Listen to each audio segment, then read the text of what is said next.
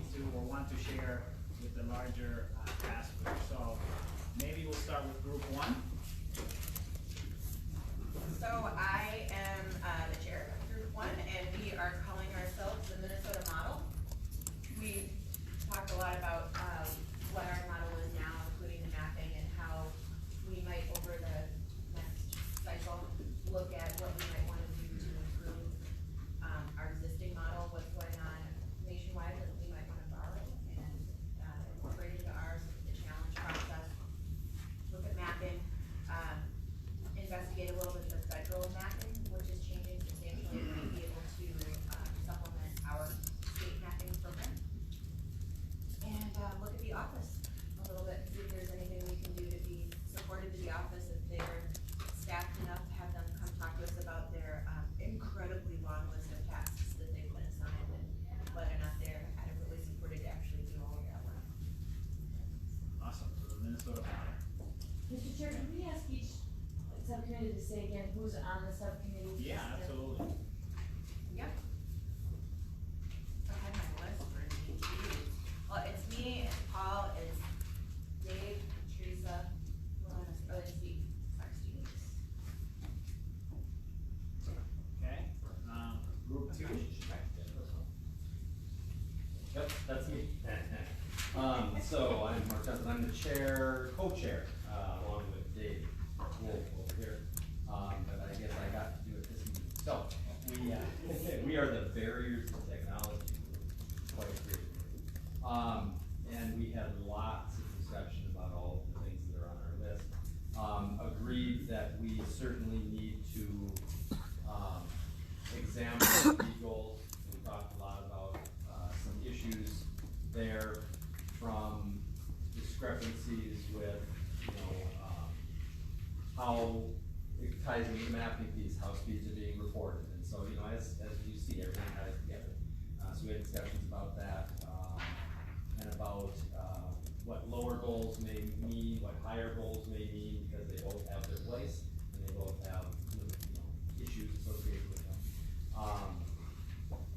Kind of taking that into the technology piece along with goals, we certainly have to talk about the technologies that are available and whether they can reach those goals or not. So we know that we need to continue to examine the technologies that are available, and probably have some folks come and talk to us about those technologies and how they relate to the potential speed goals and then, of course, barriers, which is a huge issue. We talked about a number of things that put their fingers into some of your other areas too, like economic development, and jobs that are created by these projects, as well as do we have enough of a workforce to do all the deployment that we want to do to get this all done, and some other barriers that weren't on this list. So we can concentrate on some new things, but then look at that list and say there's a lot of issues there we need to talk about too. Oh, I'm sorry. And in our group is Steve, Jordy, Jim, Nathan, Nolan. I'm sorry, Nolan. And Dave and myself. So I'm gonna be the chair of group 3, and we decided to call ourselves Economic Development and Digital Inclusion. And our thoughts were that we would look at kind of both sides. We see those as sort of both two sides of a coin, and then we would look at both the challenges and benefits to economic development and the challenges and benefits to digital inclusion. We danced around a little talking about the digital divide or the digital gap, but we thought it would be better to be more aspirational and think about and frame it that way. What are the benefits to the state of equity and digital inclusion, and then what are the barriers to that? In terms of looking forward to the report and recommendations, we anticipate that our subgroup will be very supportive of the big picture recommendation. We want to continue support for the grant program, and we like to see that funding and base funding. So we see that as absolutely a natural recommendation that comes out of a look at economic development impacts. And then maybe a second bucket of recommendations that we're going to be thinking about how to develop would be what other public policy tools might be appropriate to help incentivize addressing digital inclusion and economic development. And a place to start, we plan to, take a look back at the previous task force reports, which we know did address both of those topics, just as a place to start and see, do we wanna, what does that, suggest about what this task force might or might not wanna do in terms of a recommendation, also a recommendation beyond the grant funding in terms of addressing digital inclusion in the state. Thank you. Good work by everyone. So all deliverables are met. That's great. But now the work starts, right? So that's the important part. Okay, so thanks for that. Appreciate all the work there. And then what we'll do is, obviously we'll type this up, get the group so it's clear who's where and all those types of things. I'm not so sure you'll have enough time to have a subgroup meeting, but we'll send that by email. So we'll make sure that to say, okay, for the next meeting, maybe we need to have a meeting or these are things to think about. And so we'll have some specific things to report out. So it's not so vague, some structure, but still give a lot of freedom to bring up the issues or the topics that you want to discuss and that you think are pressing. So that'll be the next step there. All right, so moving on to the next portion of our agenda. I had the pleasure of meeting Nathan at the last task force meeting we had on the side, and he told me a little bit about the Minnesota Rural Broadband Coalition, and we want to make sure that we really, some of us know who they are, some don't, so I want to give an opportunity for them to present to us about who they are and the group itself, and then and I know there's maybe some portions where we'd probably bring them back again to kind of talk about their work, but as an introductory starting point and where they're focused these days, I thought it was a good idea. So I think Nathan and Nancy, right, are going to present this, and maybe you'll give us an introduction of yourselves and then go on with the presentation. Hi, I'm Nancy Hoffman. I'm the current chair of the Minnesota Rural Broadband Coalition, and I work for the Chisago County HRA EDA. And over the last decade and a half or so, I've been doing a lot of things with broadband, trying to bring broadband to our rural communities, and not only bringing it there but using it. I'm going to probably talk a lot about Broadband Foundation because they definitely instigated so many things in Minnesota, and it just really started all this and to where we're at today. Yeah, I know I introduced myself earlier, but again, Nathan Zacharias with the Broadband Coalition. I primarily work on the government relations side, so I'm over at the Capitol talking with legislators, governor staff, things like that. Nancy's going to take care of the presentation today, and I'm here for if anybody has any questions or anything like that. So, thank you. Is it better if I stand up, sit down? Doesn't matter, stand up? Totally up to you, but Nancy, I also understand you also were selected as an economic development person of the year. Is that right? I was just at our Economic Development Association of Minnesota EDM conference today and yesterday, and yes, they gave me this award, and a lot of it was based on the work of the coalition. So That's awesome. yeah, I was just surprised and very honored. So we'll start. Oops, maybe I gotta use one of these.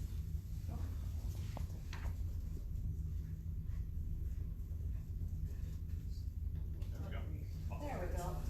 So we'll start with a little bit of history in regards to the Minnesota Rural Broadband Coalition. And this really all came up, once again, I have to gush a little bit about Blanding because they're just so great. Broadband Foundation in 2015 had their annual broadband conference that we hold every year. And throughout the 3 days or so, we constantly talked about what is our vision for broadband? What do we want to see in Minnesota? And we had many, many ideas, and we worked it down to one idea by the time we left.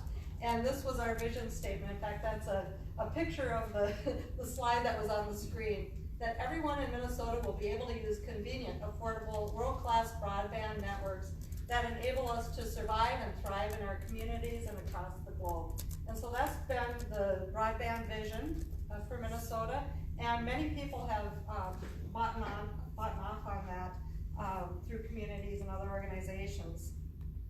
Broadband Foundation, again, taking this vision in mind, brought together all kinds of stakeholders that do so many different things. We all have so many different industries that we come from, but everybody, to do their work or to live, need to have broadband in place in order to move forward. So they brought in folks from healthcare, education, communities, cities, counties, regions, businesses, bankers, I mean, you go on and on. Everybody needs broadband to do their work, especially in the rural areas. And so this is really kind of where it started, and we wanted it to be bipartisan. We don't want to leave anyone out, and everybody does buy into it.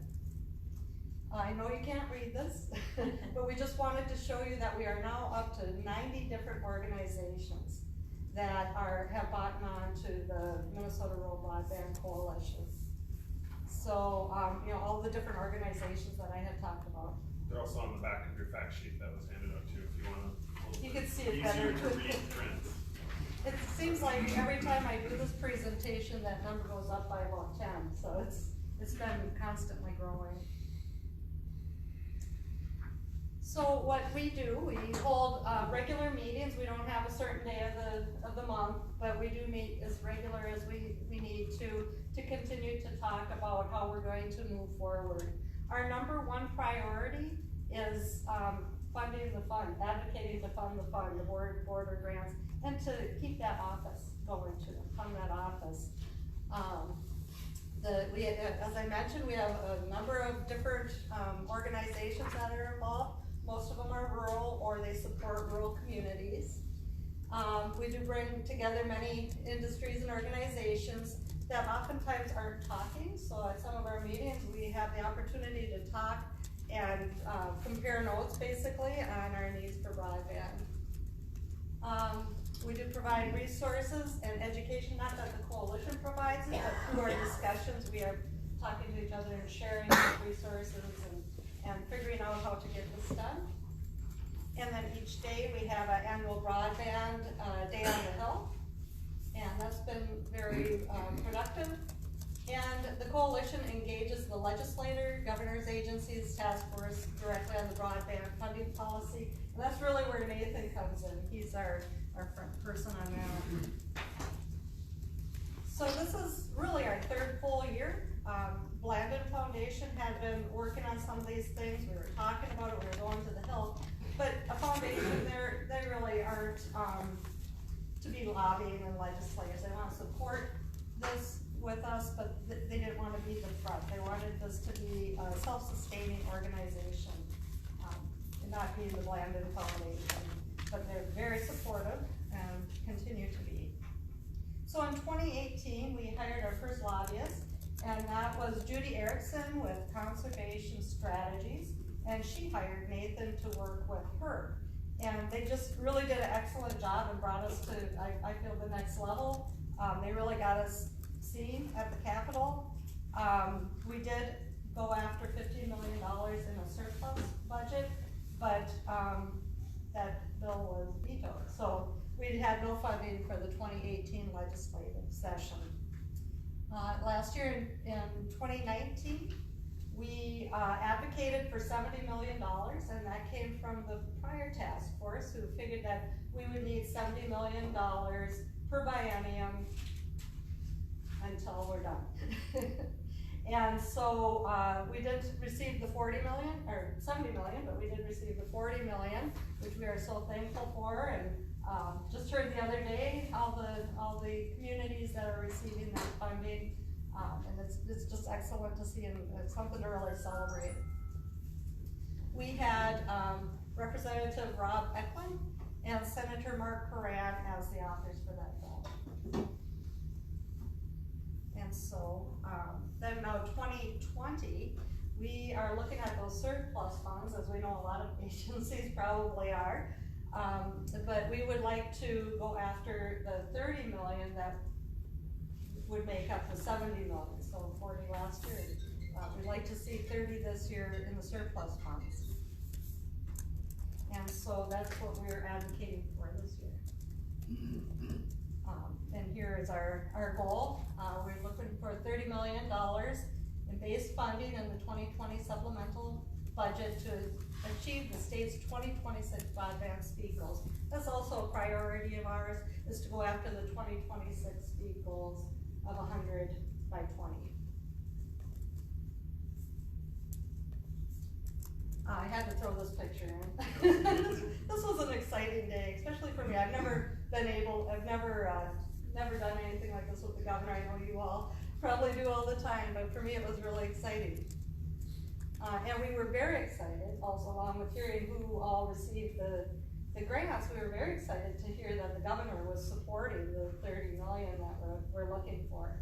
And so Representative Eklund again is offering that bill along with Senator Draheim, and this Draheim. had a conversation with Senator Coran, and he expressed the interest of having another senator lead on the issue this year. I know Senator Draheim's worked in the past on it, so he agreed to be the chief author in the Senate, and that bill should be introduced on the first day of session.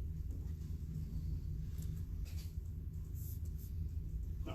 Yep, and I think we There it just is. covered most of that, didn't we? Yeah. Yes, first day of session, February 11th. Nathan's ready to go with us already. He's out getting others to sign off on it as well. And so we should be hitting the road. Just as some context for the committees there, this is sort of a little technical, but the path that we're expecting it to run through. In the House, it'll go through initially through the Greater Minnesota Jobs and Economic Development Finance Division, and that's chaired by Representative Kowalski out of Winona. And in the Senate, the Agriculture, Rural Development, Housing Finance, chaired by Senator Westrom. Senator Westrom also is a co-author on the Senate bill, so good news there.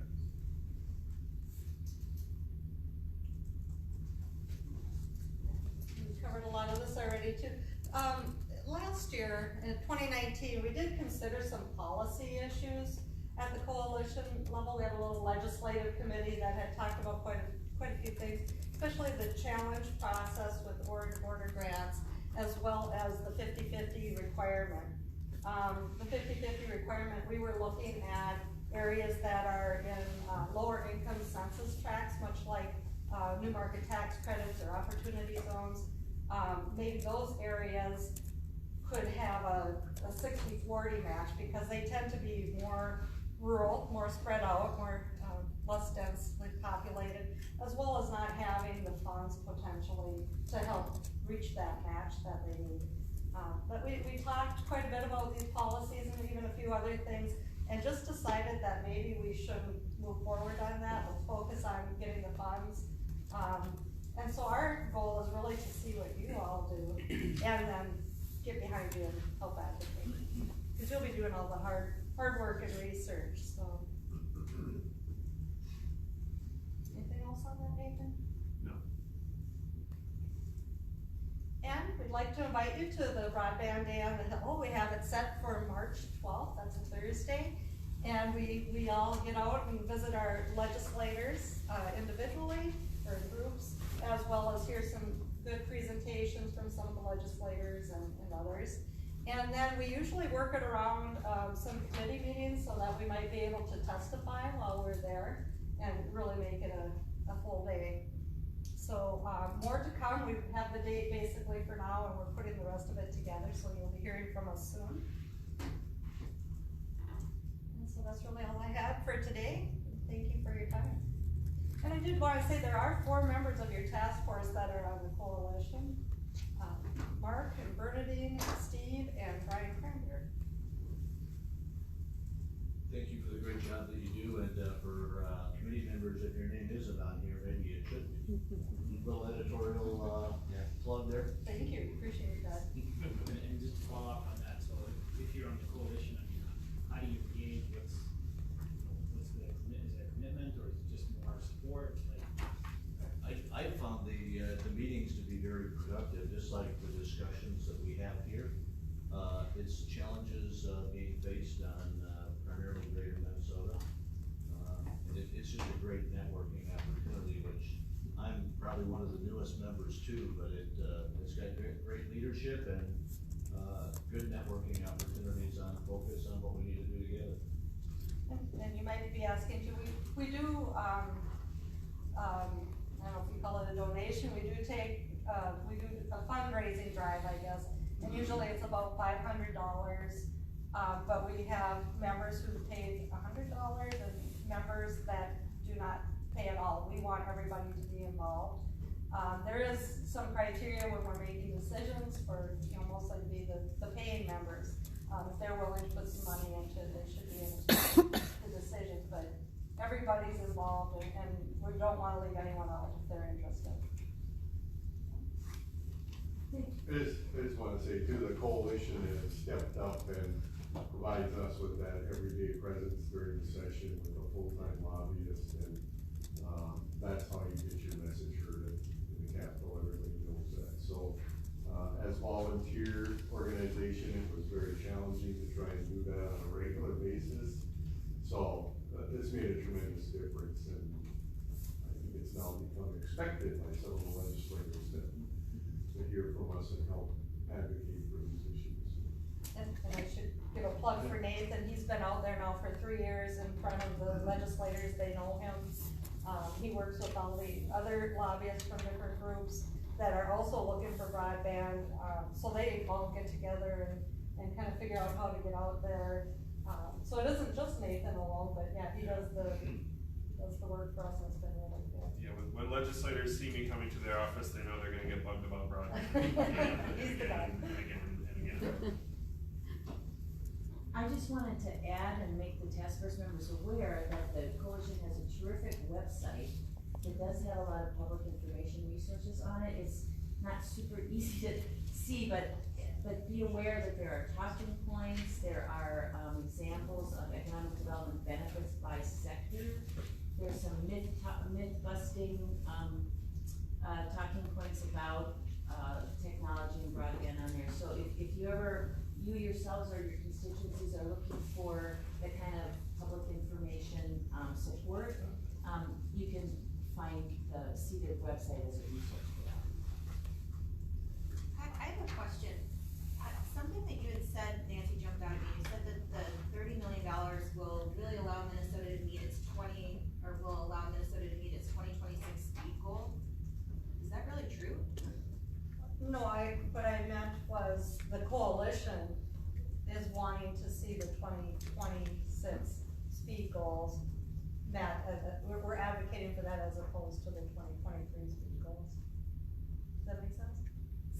Sort of. It was on one of the slides. I mean, I think one of the things we all have to be careful about is that we don't advocate ourselves into a corner that, you know, because I'm 100% on board with additional funding. I just don't want to set the expectation that if this gets funded, we're done. And, No, right. No, and I know you know that. Yeah, It's just, yeah. I can speak to that a little bit, and so part of what we've included, and you'll see on your fact sheet, this map is also the 2026 speed goals. Part of what we decided as a coalition is that, we wanna make sure, like you said, that legislators especially don't see a few years of funding and think, oh, we did it, we funded it, we're done, everybody's got internet, hooray, let's go home. So we decided as a coalition to really start focusing on the 2026 speed goals in our messaging to let people know that, hey, we've been focusing on 2022 with the 25 down and 3 up. But there's this other set of loftier goals out there that still need to be met. So that's part of the reason why we included that in all of our messaging for this year. Thank you.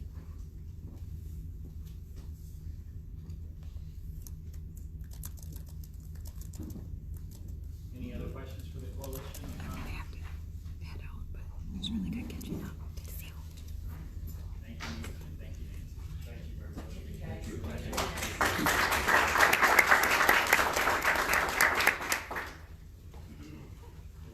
Okay, so the last thing before we move on to, other business and we adjourn for the day, is the, actually that tags on, it wasn't by accident, but the coalition coming at this point. Because at the last meeting, we had discussed, potentially, submitting a letter from this task force, to the governor and to the legislature about, us supporting the idea that with the surplus, that we should look at the 30 million and augmenting the 40 million that's there to get us to the $70 million. So, what I had done, what I'd asked our kind of government relations team to do was just to draft up a letter for us, and Matt Woolman there's in the back. He's actually helped me put this together. So this is the initial draft of the letter that could potentially go. So what I'll do is we'll give you about 5 minutes or so to read this. We don't have to have a final say here today, but wanna look it over, then kinda wanna get some thoughts about support or no support, or, otherwise, and then we'll figure out how we go forward. So I'll give you 5 minutes to read the letter.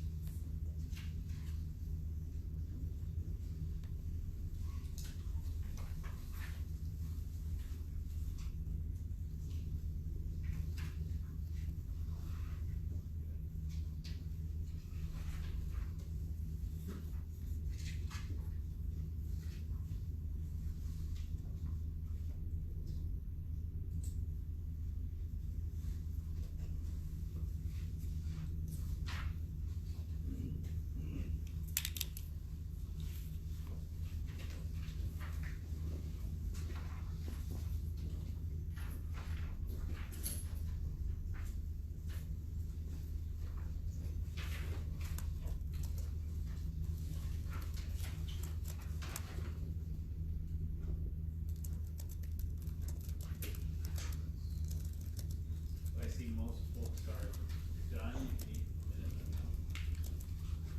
Okay, so let's do this first. First, before we get into the details of it, is there anybody is there opposition or concern about sending this letter from this task force? There is, then I think probably the first place to discuss before we do anything else, right? So,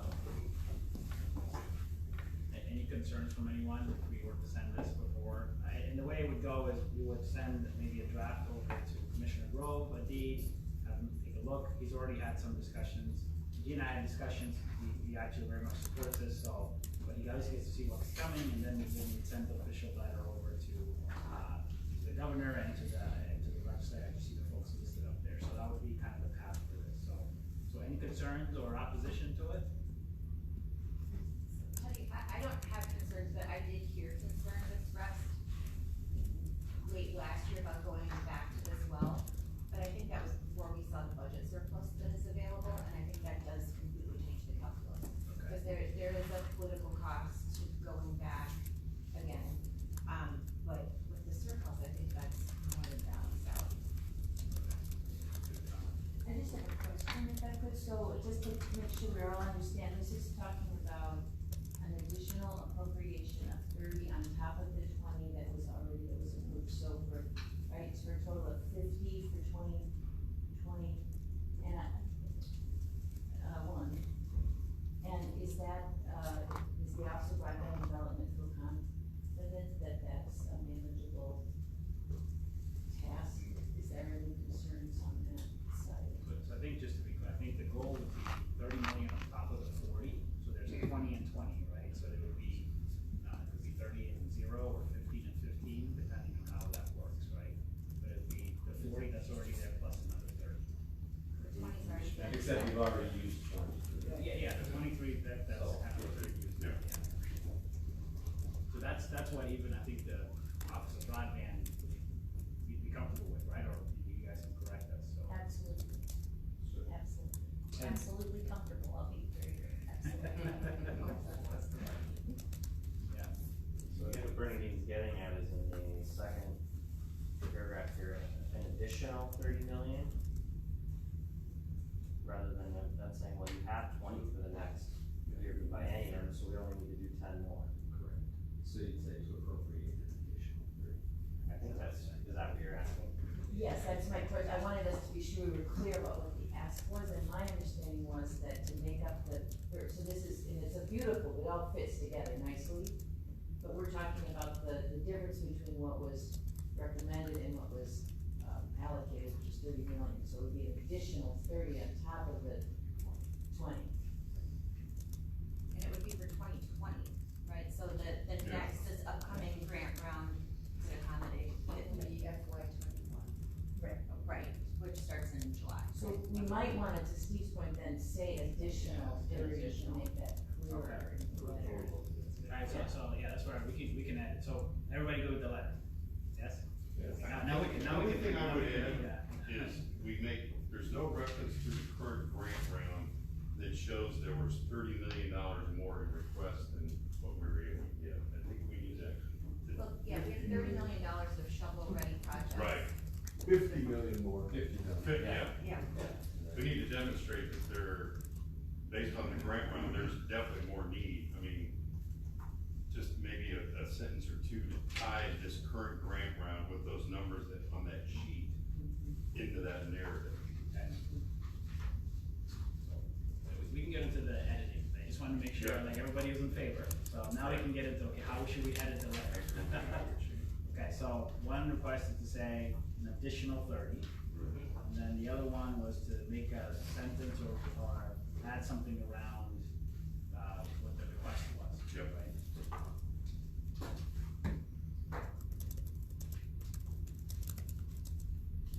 Okay,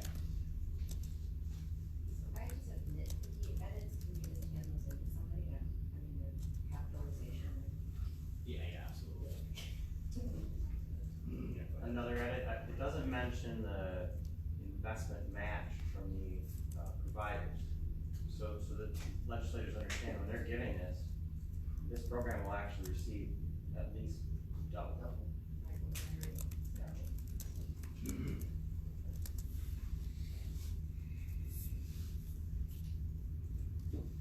Just one other point of suggested clarification, the last sentence in the second paragraph, the goals identified, they weren't identified by the task force report, I think we just want to clarify that those are state goals, statutory goals.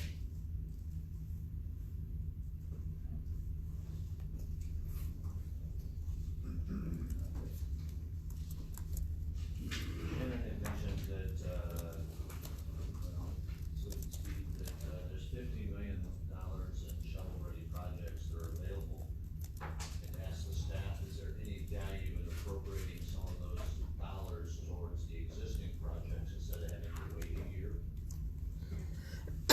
Meaning that we would request dollars for existing applications. It would be a different request than, if you're talking about fiscal year 21, those don't become available until July 1st. Okay. So we couldn't open the round in any way. Okay. We can go for, so they would have to put it into a July 20 appropriation. It's really difficult to retroactively fund. It'd be cleaner if we could, and just let the office reevaluate their existing applications, but I think that would be much more difficult, even in 2021. It would be. But, a good question, it just, I'm just trying to expedite the resources for you guys to, instead of having to go through a whole different process. So, I get it. In the first paragraph, where it's bold and asking for the additional, we're gonna say additional 30 million in funding. But then in the last paragraph, it talks about the coalition believes that 30 million in base funding. That's a distinction, big. Yeah, so this is the letter to, this one's a letter to us, to staff with it, you got the other one, yeah, so we wouldn't be submitting this. Okay, This was a okay. letter to us, this is Okay. the one we'd be submitting. Alright. Yeah. It's not, that's a big difference. That's a big, that's a difference, yeah. That would be a different, that's a different request, yes. To make sure what we're asking for. You might get there, but that's a different request. Okay.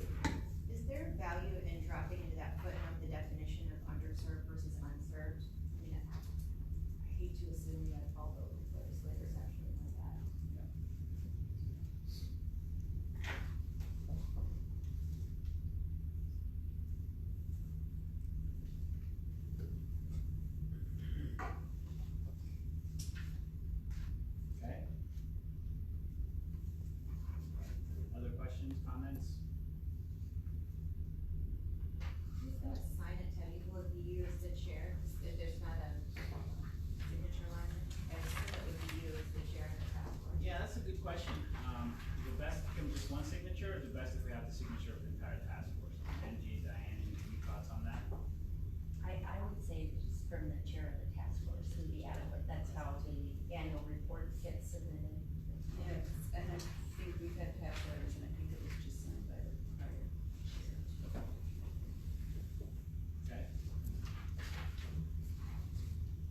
let me recap what I've heard so far. So one is in that sentence where we said we want this 30 million, we should change it to additional.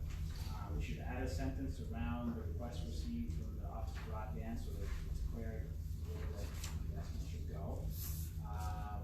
We should clearly state also that the providers are also putting in a 50% match, so it's not just a one, there's a matching involved there.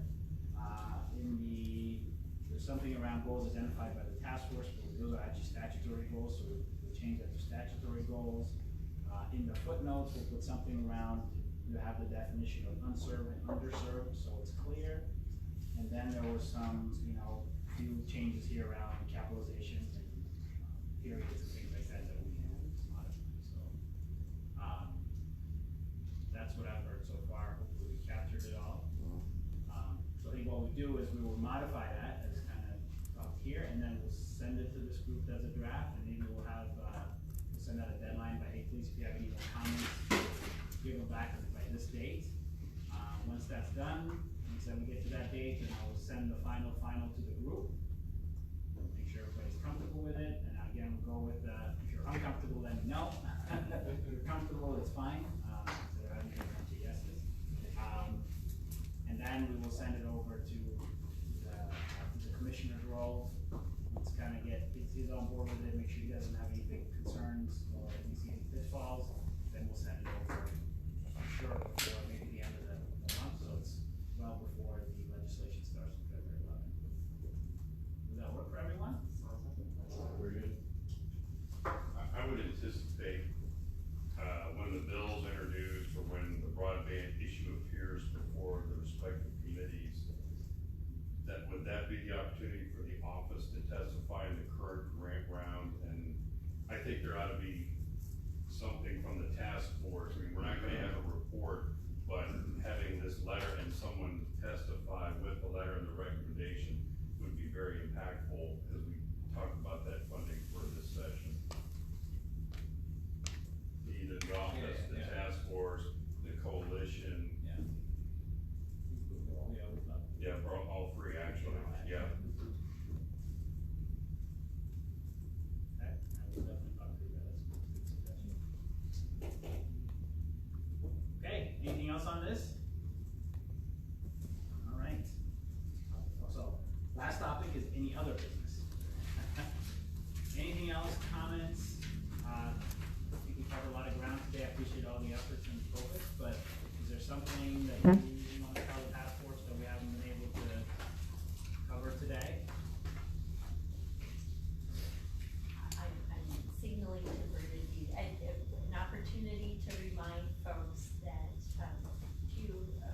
has been doing research on broadband initiatives, future goals across the country, and, next month they're going to be releasing their report, and Bernadine and Diane and I will be out there, but it, highlights the wonderful work of the state of Minnesota, and really looking forward to hearing Minnesota's story shared with the rest of the nation. And Bernadine, do you have anything else you would say? Well, I think part of that meeting is, if I'm correct, is that other state broadband officers from across the nation will be getting together.